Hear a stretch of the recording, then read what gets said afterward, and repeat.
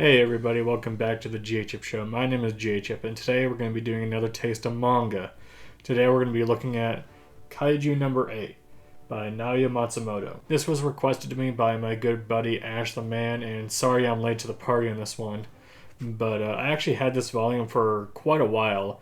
I want to say I had it for over a year, but never really got into it until he requested me to do so, and I'm kind of glad he did because I actually really enjoyed this. Kaiju number 8 tells a story of a man named Kefka, a person who is on the cleanup crew for the special badass Kaiju Defense Force, and after they kill a Kaiju, him and his crew kind of just clean up.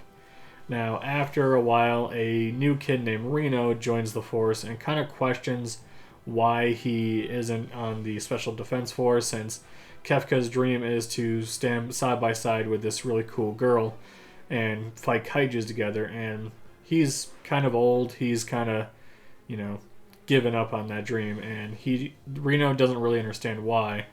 So he kind of questions him, and that kind of lights a fire in Kefka's ass to get back in it and join the Special Defense Force. One day, Reno and Kefka are cleaning up, and suddenly a kaiju attacks, and then they end up in a hospital, and one night a kaiju goes into Kefka's mouth, and he turns into a kaiju. He's still aware of who he is, but he's in a new kaiju body, and eventually he uses that to kill a kaiju that was about to devour a girl. And the characters that you meet in this first volume are pretty interesting. I like that Kefka is a 30-year-old, and we don't really get a lot of shonens with 30-year-olds, and I really appreciate that. Also, I just enjoyed Kefka's kind of character, and I appreciated that he doesn't want to give up. He's willing to give it another shot, and this is his last shot that he says.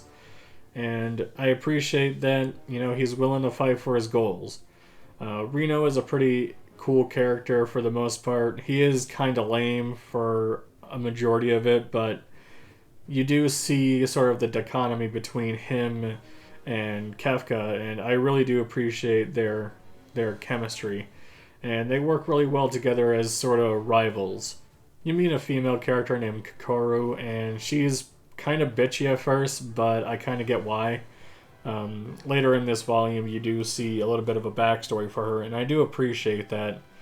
And I'm assuming that you're going to learn more about her as this manga continues. Visually, I thought the character designs were pretty good, and the paneling was pretty decent. The backgrounds were pretty good too. Overall, I thought Naoya Matsumoto did a good job doing the art on this manga. Overall, I did enjoy Kaiju number 8, though I do wish in this first volume there was a bit more questions that were answered. Now, later in the manga, you do see that he is able to transform back into a human, but I would have liked to have seen, how that process is. Did he work towards going back into a human? Was there a bit of a struggle?